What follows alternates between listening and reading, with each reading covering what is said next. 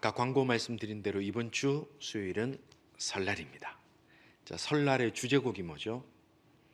까치까치 설날은 어저께고요. 우리 설날은 오늘이래요.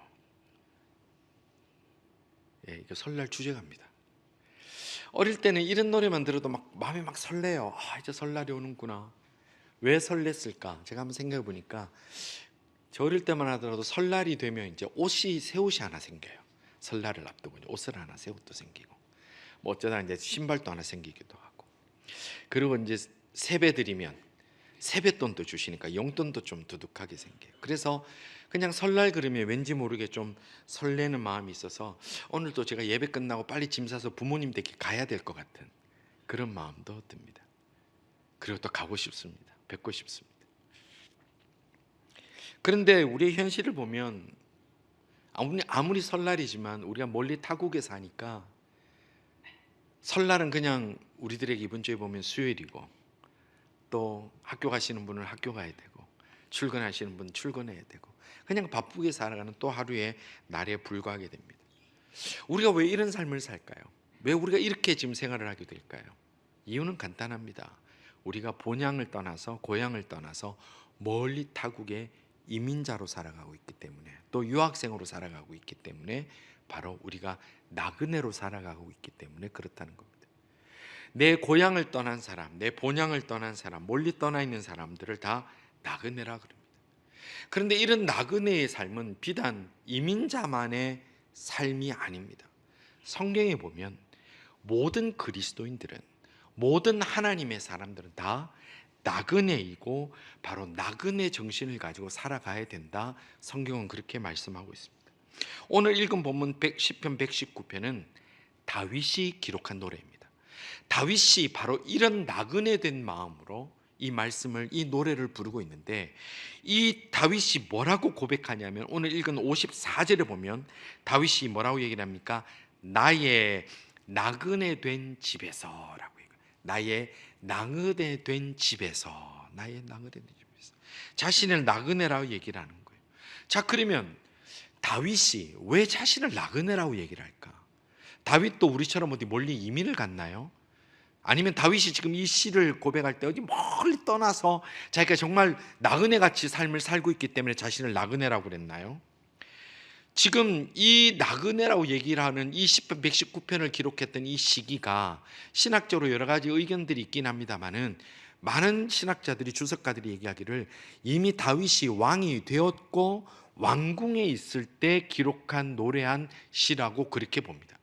그렇다면 다윗은 지금 멀리 떠난 게 아닙니다. 이민자도 아닙니다.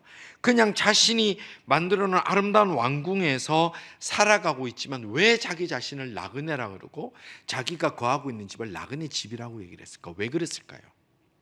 자기는 지금 떠난 게 아닌데 왜 그랬을까요? 다윗은 왕입니다. 그리고 자기가 지은 왕궁입니다. 먹고 싶은 거 다 먹고 삽니다. 하고 싶은 거 다 하고 삽니다. 가지고 싶은 거 다 가지고 살 수 있는 형편이 다윗입니다. 그런데도 불구하고 다윗은 자신을 나그네라고 얘기를 하고 있어요. 근데 반면에 우리들의 모습을 볼까요? 우리는 어떨까요?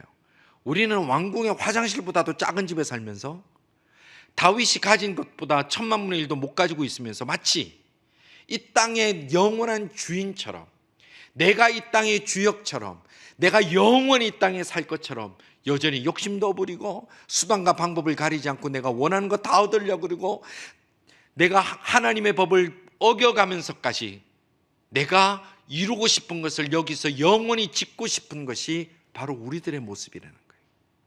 그럼에도 불구하고 우리도 그렇게 사는데 다윗이 왜 자신을 나그네라고 얘기하는 거예요? 너무 배부른 소리 아닌가요? 너무 이거 배부른 소리 같지 않나요?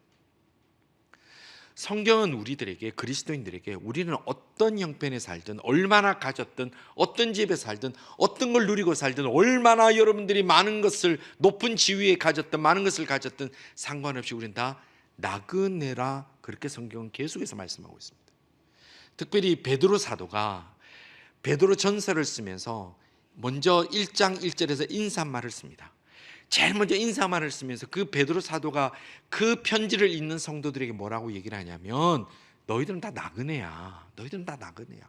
우리는 다 나그네야 라고 얘기를 하고 있습니다. 베드로전서 1장 1절을 이렇게 시작합니다. 예수 그리스도의 사도 베드로는 본도, 갈라디아, 갑바도기아, 아시아와 비두니아에 흩어진 나그네, 그리고 또 뭐라고 그래요? 나그네 잡고 일단 나그네라고 부르죠. 곧 하나님 아버지의 미리 아심을 따라, 자, 하나님 아버지의 미리 아심을 따라 성령이 거룩하게 하심으로 순종함과 예수 그리스도의 핏뿌림을 얻기 위하여 택하심을 받은 자들에게 편지하노니 은혜와 평강이 너희에게 더욱 많을지어다. 아멘. 이렇게 이 편지를 쓰고 있습니다.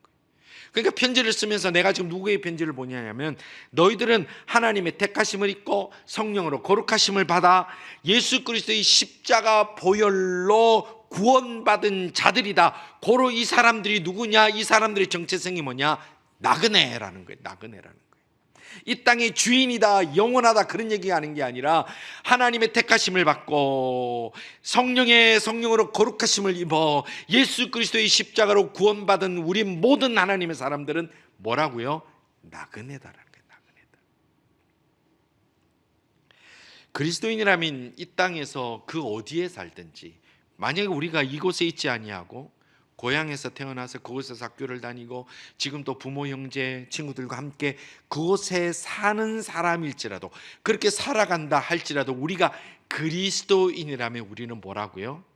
나그네라는 거예요. 나그네. 성도 여러분, 우리가 멀리 타국에 살고 있고 의지할 곳도 없고 믿고 다 맡길 사람도 없는 이 땅에 살아간다고 하지만, 또 때로는 여러분들 이 땅을 살아갈 때 억울한 일도 얼마나 많이 당하고 답답한 일도 얼마나 많이 당합니까? 그리고 그런 분들이 없기를 바라지만, 한숨 소리 하면 크게 내뱉을 곳도 없고 어디 가서 한번 목 놓아 울 곳도 없는 것이 사실 나그네의 인생입니다. 어디 가서 운다고, 어디 가서 내가 한탄한다고 나를 위로해 줄 사람도 없고 내 마음이 시원해질 곳도 없는 것이 나그네의 인생입니다. 그러나 그럼에도 불구하고 성도 여러분, 우리가 이 말씀을 기억하기를 원하는 것은 결코 슬픈 나그네, 서글픈 나그네가 되지 않기를 간절히 바랍니다. 그 이유가 무엇입니까? 오늘 이 베드로의 편지를 통해서 우리는 확인할 수 있습니다. 하나님은 우리를 창세전에 택하여 주셨습니다. 믿으시는 분 아멘 하십시오. 하나님은 우리를 그리스도로 택하여 주셨습니다. 그리고 내 의지가 아니라 성령님께서 내 가운데 오셔서 그 하나님을 믿는 믿음을 우리에게 주셨습니다. 그리고 이 땅에서 모든 것이 끝나는 것이 아니라 예수 그리스도의 십자가를 붙들면 내가 천국에서 눈뜨게 되는 하나님의 백성 되는 그 놀라운 구원을 허락받은 자들이기 때문에, 우리가 비록 남의 땅에 살아가고 때로는 내가 한번 의지할 곳 없는 곳에 살아가고 어떻게 만나는 사람마다 그렇게 내 속을 썩이고 가슴 아프게 만드는 그런 삶을 살아갈지라도, 그 하나님이 주시는 위로와 그 기쁨과 소망으로 슬픈 나그네, 괴로운 나그네가 아니라 행복한 나그네로 이 땅을 살아갈 수 있는 모든 하나님의 사람들 다 되시기를 주님의 이름으로 축원합니다. 내가 하나님의 그 선택하심과 성령의 내주하심과 십자가를 통한 나의 모든 죄 사함으로 구원받은 자들이라 믿으면, 오늘 우리가 만나는 현실이 어떠하든 간에, 오늘 내가 만나고 지나가야 되는 그 가슴 아픈 일이 무엇이든 간에 우리는 소망 가운데 살아갈 수 있다는 겁니다. 지금 오늘 본문에 보니까 다윗도 내가 그런 나그네지만 그래서 나는 이렇게 살기로 결단했고 이렇게 살아간다라고 고백하고 있습니다. 54절, 우리가 54절이 이렇게 고백합니다. 내가 나그네 된 집에서 주의 율례들이 나의 노래가 되었나이다. 지금 이게 지금 다윗의 고백이에요. 내가 나그네 된 집에서, 내가 지금 왕궁이지만 결국 나도 나그네니까 나그네 된 집에서 내가 어떻게 살기로 결정했느냐? 주의 율례들이 나의 노래가 되기로 나는 결정하고 그렇게 살아간다는 것. 주의 율례가 뭡니까? 하나님의 말씀입니다. 하나님이 내게 주시는 그 말씀입니다. 사람이 힘들고 외롭고 어려우면요, 눈물 나기 마련이지요.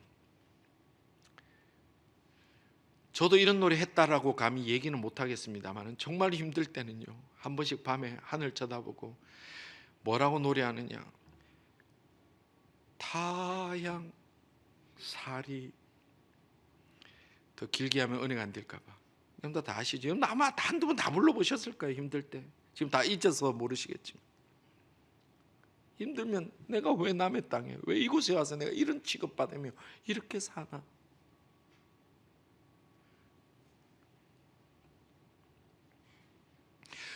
그런 한탄 같은 노래가 나오기는 쉽습니다. 그러나 다윗이 고백하는 노래가 뭡니까? 다윗은 이런 한탄의 노래가 아니라는 거예요. 내가 나그네 된 집에서 주의 율례들이 나의 노래가 되었나이다.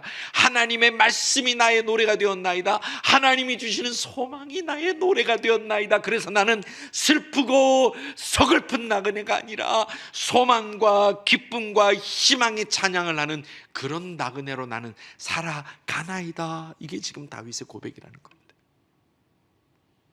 나그네 중에 슬프지 않는 인생 없습니다. 남의 땅 살고 말도 안 통하는 이곳에서 공부하면서 살아가고 직장생활하면서 살아가면서 모든 것이 다 뜻대로 됩니까? 그런 거 없습니다.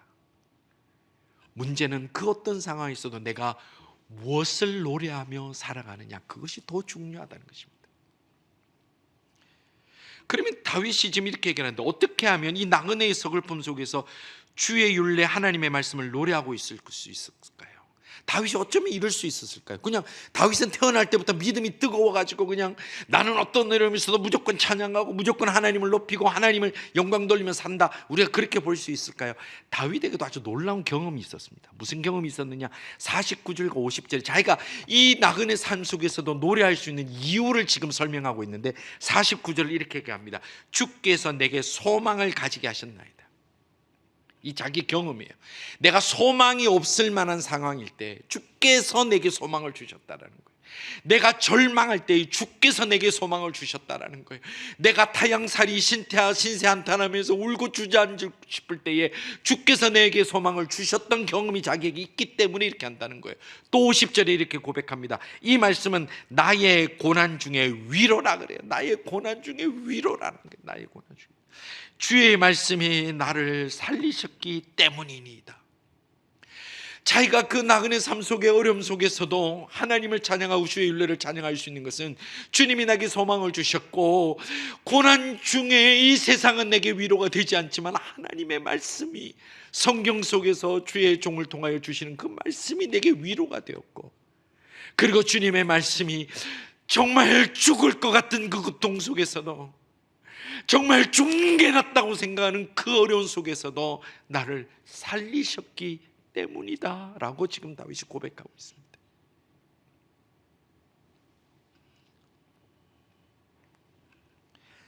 사도 바울이 이제 다메섹에서 예수님을 만납니다. 그리고 이방의 사도로 부름받고 기도하는 중에 자기의 뜻과 달리 유럽으로 가서 복음을 전하라는 부르심을 받고 이제 유럽으로 갔습니다. 하나님이 가라 갔으니까 뭔가 다 좋은 일만 있어야 되지 않을까요? 입맛방긋 끓이면 베드로가 말씀을 전했을 때 예루살렘에 수많은 사람들이 변화되고 교회가 부흥한 것처럼 자기도 그렇게 될 거라고 기대하지 않았을까요? 그런데 다윗이 유럽을 가서 처음 도착한 도시가 어디냐? 거기가 바로 빌립보입니다. 빌립보. 이제 빌립보에서 그 강가에서 복음을 전하고 귀신 들린 사람을 쫓아내고 그랬더니 무슨 일이 일어났을까요? 감옥에 집어넣어 버리는 거예요. 아니, 하나님이 가라고 해서 내 방향을 바꿔서 유럽으로 왔고, 복음을 전하라 해서 복음을 전했고, 그냥 하나님이 시킨 대로 했는데 그 바울에게 찾아온 것은 뭐예요? 감옥이에요. 이게 뭐예요? 이게 뭐예요? 하나님 말씀대로 왔잖아요. 근데 감옥이에요. 그런데 여기에서 바울의 선택을 우리는 주목해 볼 필요가 있습니다. 거기서 기도하면서 아이고 하나님, 내가 혹시 하나님 음성 잘못 든 거 아닙니까? 내가 길 잘못 든 거 아닙니까? 아니면 하나님 저 그냥 왜 이러신지 모르겠네요. 제가 아직도 하나님 앞에 벌을 더 받아야 됩니까? 원망한 것이 아니라 사도행전에 보면 이 사도 바울이 그곳에서 선택한 것은 뭐냐면 함께 갇힌 신라와 찬양했더라, 하나님을 높여들었더라. 성경은 그렇게 말씀하고 있습니다. 바울이 왜 감옥 가야 됐나요? 바울이 무슨 계엄을 선포했나요? 바울은 한 거 그냥 복음 전하는 것밖에 없어요. 그런데 그 감옥에 들어갔지만 그가 선택한 것은 내가 지금 감옥 속이라도 나는 하나님을 찬양하겠다. 사도행전 16장 25절에 이런 역사를 봅니다. 한밤중에 바울과 실라가 기도하고 뭘 했다고요? 하나님을 찬양함에 죄수들이 듣더라. 이게 조용하게 한 게 아니라 다 들리도록. 그 감옥에 갇혀 있을 때 바울과 실라가 하나님 앞에 기도하고 찬양했더라. 그랬더니 무슨 일이 일어났느냐? 26절에 이렇게 말씀합니다. 이에, 자, 이에라는 것은 앞에 일들로 인하여 인과관계를 얘기하는 거죠. 기도하고 찬양했더니, 감옥에서 기도하고 찬양했더니 이로 인하여 이에 갑자기 큰 지진이 나서 옥토가 움직이고 문이 다 열리며 모든 사람이 메인 것이 다 벗어진지라. 아멘. 믿으시면 아멘 하시길 바랍니다. 아멘. 왜 아멘 할 수 있나요? 이것은 사람이 한 것이 아니라 하나님께서 하신 거기 때문에. 자, 그런데 보십시오. 지금 바울이 선택은 기도하고 찬양하는 것이었는데 하나님의 선택은 무엇이었나요? 지진이 나서 옥문이 열리게 되고, 그리고 여기에서 맞는 간수를 통해서 빌립보 교회가 또 세워지는 하나의 교인이 되는 거예요. 하나님께서는 바울을 억울하게 감옥에 가두신 것이 아닙니다. 하나님께서는 하나님의 사람이 그 어떤 상황 속에서도 하나님을 찬양하고 하나님을 의지하면 어떤 역사가 일어나는지 직접 맛보아 알게 하기 위해서, 이제 유럽에 있는 첫 번째 도시에서 이제 사역을 출발하는 그에게 이 어떤 형편이든 상황 속에서도 하나님을 찬양하고 기도하고 하나님의 말씀에 의지하면 어떤 역사가 일어나는지를 맛보아 알게 하시기 위해서 잠시의 시간, 잠시의 고통을 통해서 사도 바울을 그것을 경험하게 하셨다라는 거예요. 이것은 놀라운 은혜라는 것입니다. 성도 여러분, 고기도 먹어본 사람이 맛을 합니다. 그런 얘기 아시죠? 하나님의 말씀도, 저도 고기 좋아합니다. 하나님의 말씀도 똑같아요. 하나님의 말씀, 하나님의 기적도, 또 하나님의 위로와 은혜의 맛도 체험해 본 사람이 더 찾게 된다는 거예요. 왜 기도하는 사람이 더 기도하는 줄 아십니까? 왜 성경 1독하는 사람이 2독하려고 하는 줄 아십니까? 왜 찬양하는 사람이 더 뜨겁게 찬양하는 줄 아십니까? 하나님께서 주시는 위로를 맛보아 알기 때문에 더 그렇게 하는 것입니다. 사랑하는 성도 여러분, 그리고 특별히 믿음의 길을 걸어가는 우리 젊은 하나님의 사람들, 꼭 기억하십시오. 우리가 왜 하나님 앞에 갈망이 뜨겁지 않습니까? 아직 맛을 못 보아서 그런 거예요.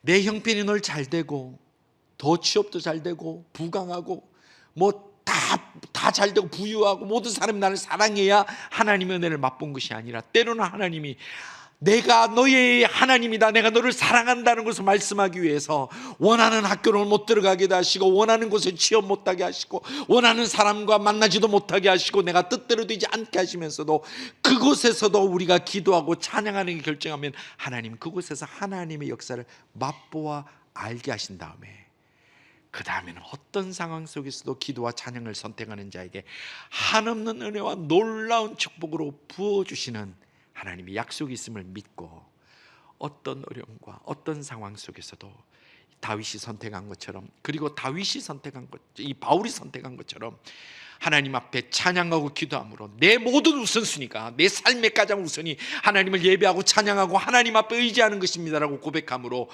놀라운 은혜들을 체험하는, 놀라운 역사를 맛보아 알 수 있는 하나님의 사람들 다 되시기를 주님의 이름으로 축원합니다. 우리가 하나님을 사랑하고 하나님의 은혜에 뜨거워지는 것은 머리로 되는 것이 아닙니다. 성경 공부 백날 한다고 해서 하나님의 은혜를 내가 아는 것이 아니라, 내가 오늘 무릎 꿇고 내가 고통의 순간에 하나님 앞에 부르짖어 엎드릴 때에 그때 맛보아 아는 것이라는 거예요.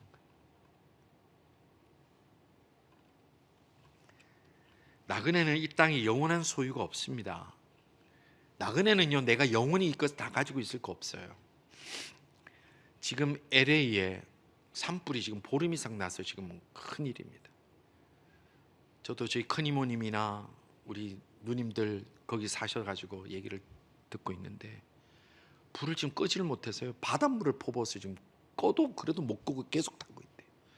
그것도 부촌도 다 타고 지금 한순간에 화재 때문에 다 없어져요. 어제 뉴스 보니까 대통령 취임한 트럼프가 LA까지 날아갔더라고요. 천사의 도시 아닙니까? LA. 로스앤젤레스 천사의 도시입니다. 트럼프가 날아갔는데 지금 대안이 없는 거예요. 지금 이런 일이 일어났다는 것을 어느 정치인이 예상했겠습니까? 어느 똑똑한 사람이 예상을 했겠습니까? 요즘 AI 뭐 난리인데 AI가 지금 LA 산불이 났고 못 끄는 거 지금 이거 예상했겠어요? 세계 최고의 도시 중에 하나가 몇 손가락 안에 들어가는 이 도시 중에 하나, 그것도 그 부촌들이 화재로 한순간에 잿더미가 되어가고 있는 이것을 예상한 사람이 누가 있겠습니까? 아무도 없는 거예요. 근데 다윗은 이 땅에 있는 것들 아무리 많이 가지고 있고 아무리 높이 든든하게 세워도 아무것도 아니라는 걸 잘 알고 있었던 거예요. 그래서 이 땅에는 자신의 영원한 소유가 없다는 걸 알고 있었습니다. 그래서 그는 뭐라고 얘기를 하냐면, 내가 가진 진짜 소유는, 내가 지킬 수 있는 내 최고의 것은 이 세상에 그 어떤 것도 그 누구도 빼앗아갈 수 없는 그것이 있는데, 그 소유가 있는데 바로 이것이라고 노래하고 있습니다. 56절입니다.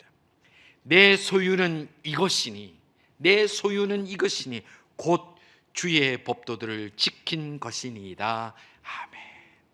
내가 왕이고 왕궁에 살고 내가 금은보화 다 가지고 있지만 내가 소유 삼을 수 있는 것은 딴 게 아니라 주의 법도를 지킨 것, 하나님의 말씀 앞에 나아가는 것이라는 것. 이게 조금 이해가 어렵습니까?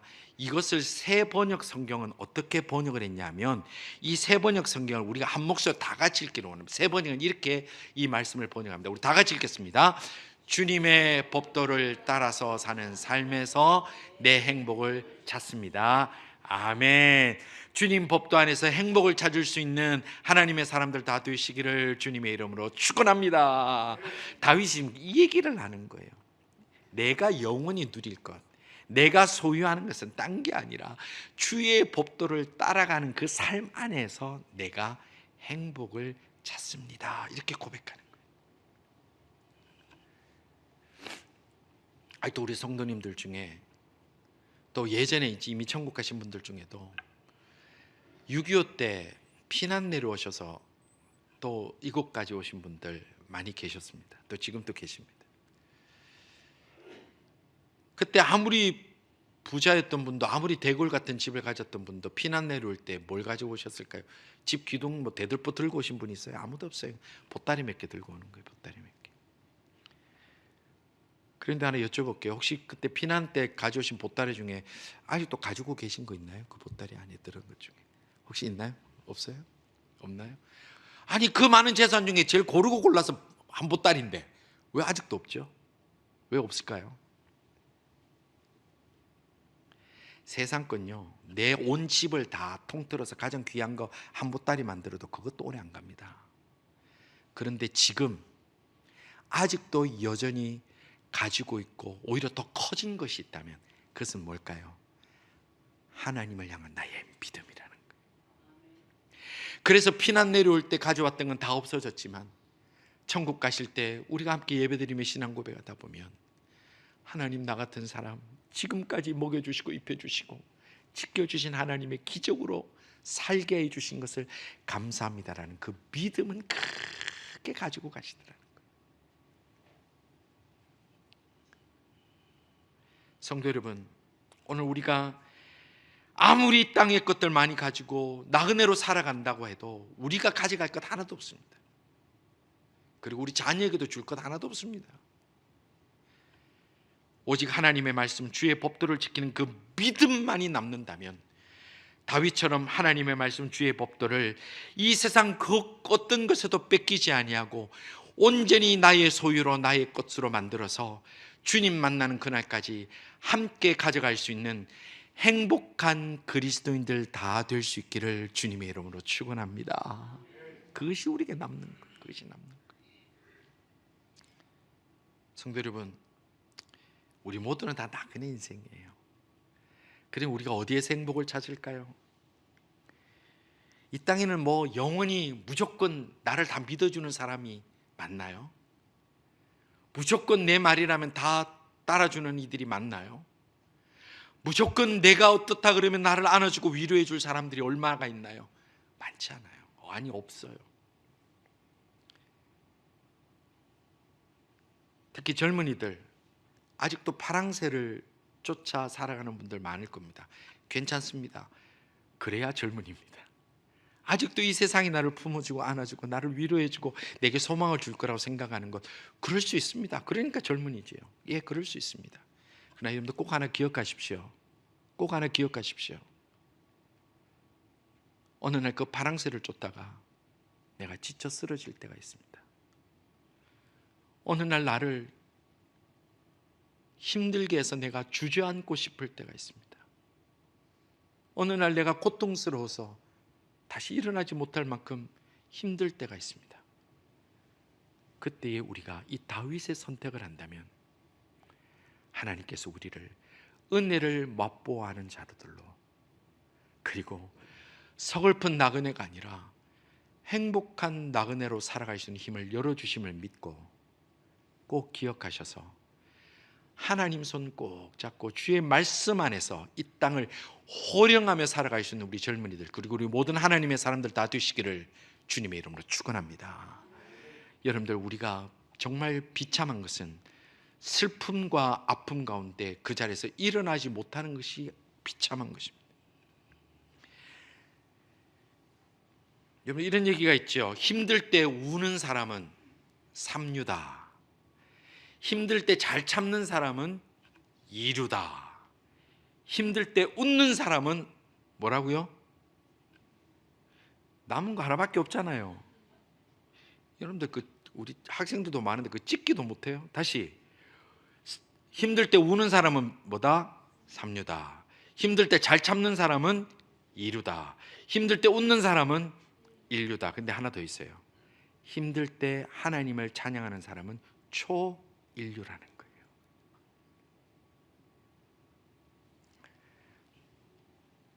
우리 모든 성도들, 나그네의 아픔이 우리에게 다가올 때에